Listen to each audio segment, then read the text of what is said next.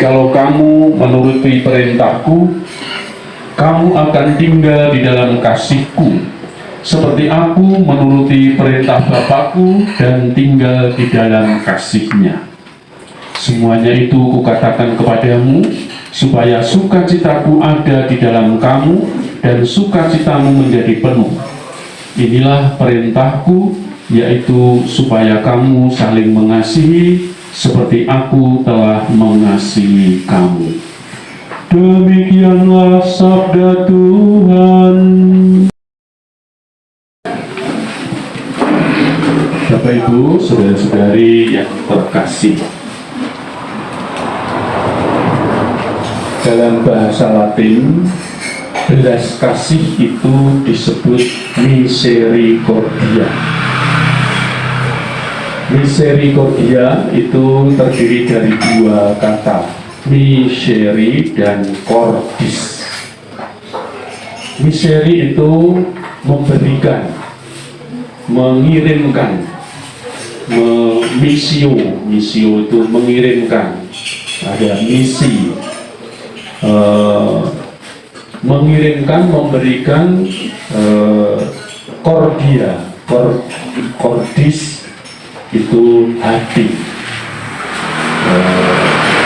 Maka belas kasihan itu memberikan hati kepada orang lain, memberikan kasihnya kepada orang lain, dan itu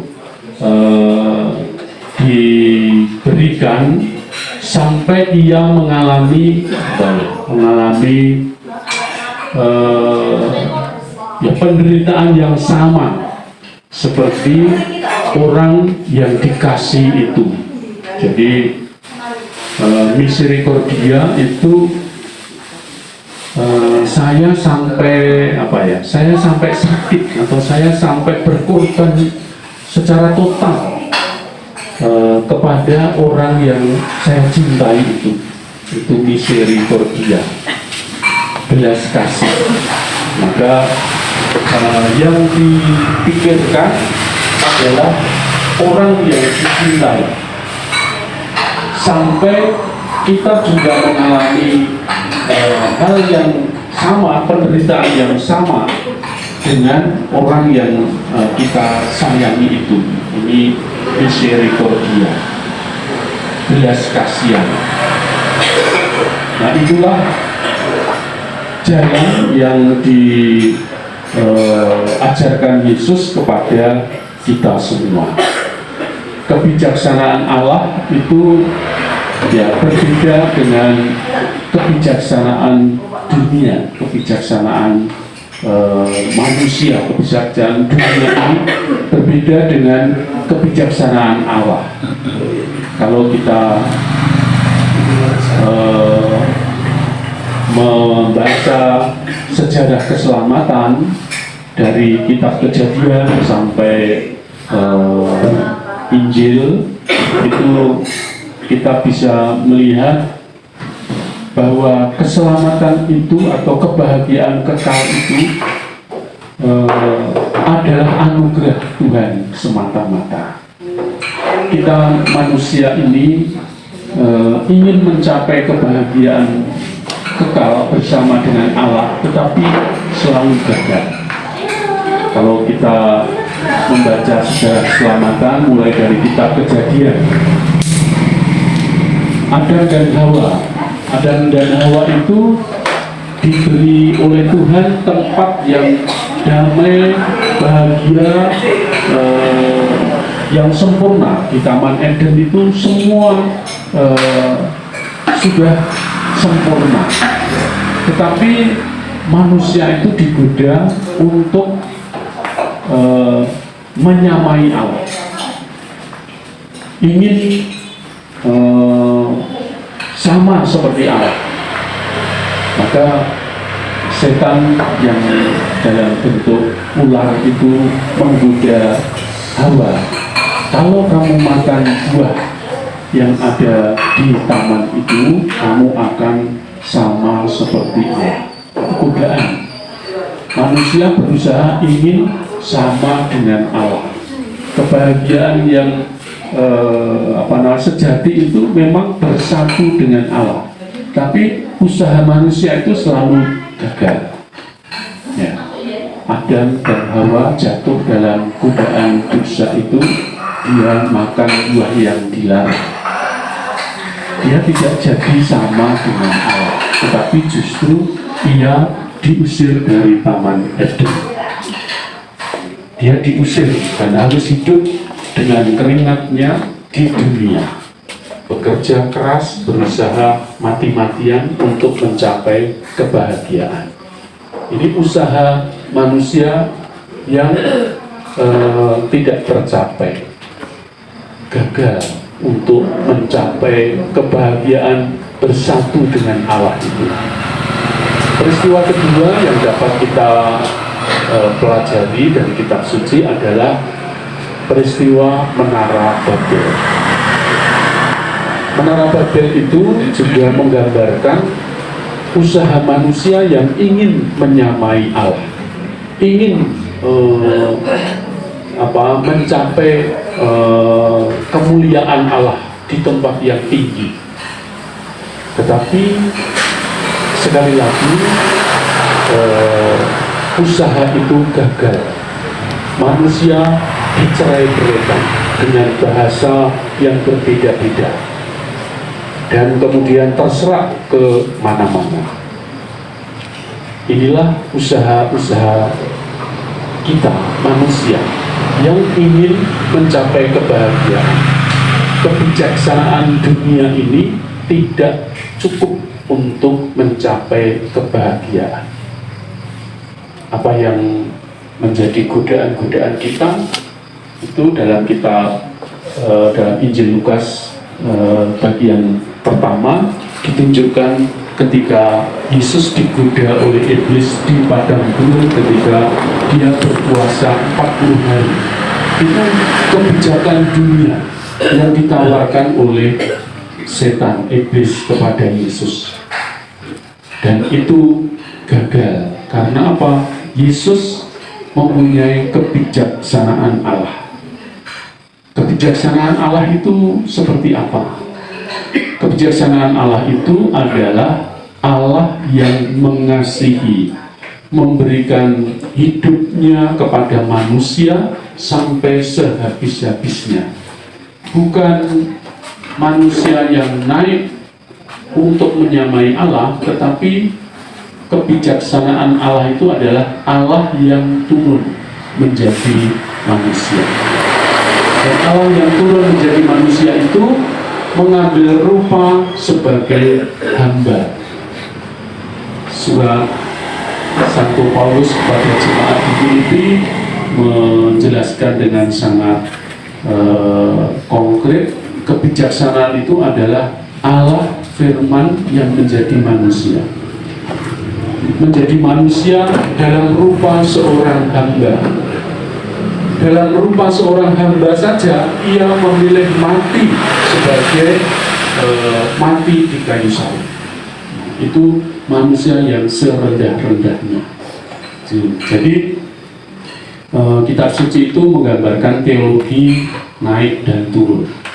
Teologi naik itu manusia yang berusaha untuk mencapai kebahagiaan tetapi gagal. Yang turun itu adalah firman Allah yang menjadi manusia. Allah yang mau menderita. Penderitaannya itu penderitaan yang dipilih sampai penderitaan yang paling ekstrim. Mati di kayu salib itu adalah penderitaan yang paling ekstrim yang diambil oleh Tuhan untuk menyelamatkan kita. Surat Santo Paulus yang kita dengarkan pada bacaan ini mau mengatakan kepada kita, kalau kita ingin mencapai keselamatan, kita diajak untuk ikut ambil bagian dalam penderitaan Kristus. Dalam gerak turun, Allah yang turun menjadi manusia, mencintai manusia sampai sehabis-habisnya. Santo Paulus mengatakan, seperti halnya kami mendapat bagian berlimpah dalam kesengsaraan Kristus, demikian pula berlimpahlah penghiburan kami oleh Kristus.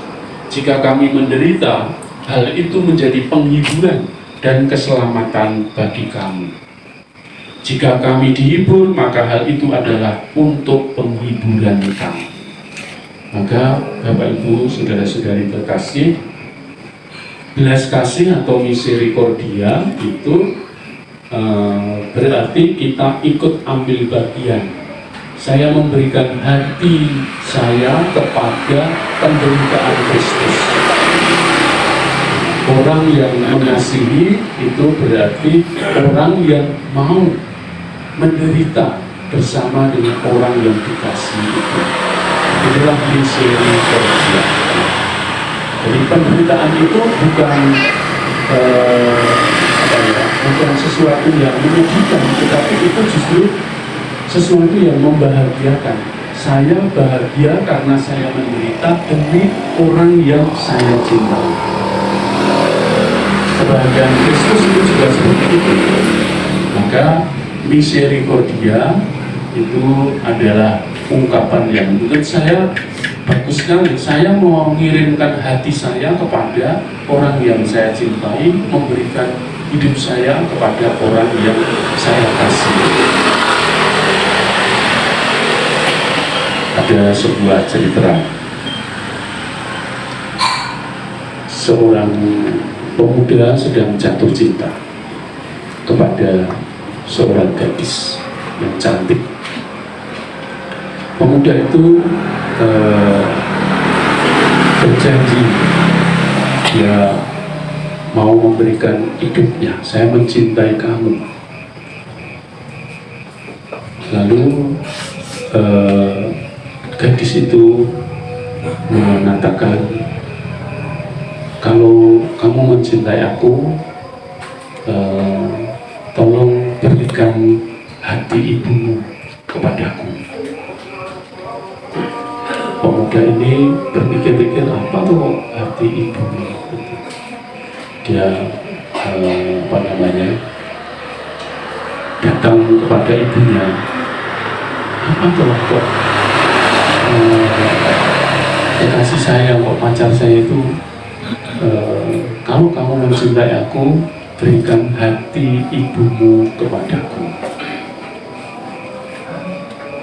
Bingung, saking bingungnya pemuda itu, dia hanya mengartikan secara harafiah apa yang dikatakan oleh kekasihnya itu.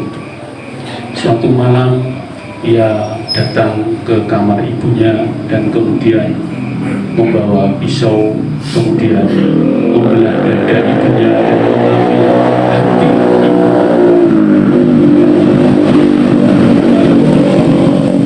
Ketika berangkat membawa hati ibunya, dia membuka pintu, tersandung di di pintu dan jatuh. Hati ibu itu berkata kepada anaknya, hati-hati anakku, jangan sampai jatuh, hatiku hanya untukmu. Lalu dia datang kepada kekasihnya dan mengatakan, ini hati ibu. Tetapi gadis itu mengatakan, engkau tidak mengerti apa yang saya maksudkan. Memberikan hati ibu adalah memberikan cinta ibu itu kepada kita.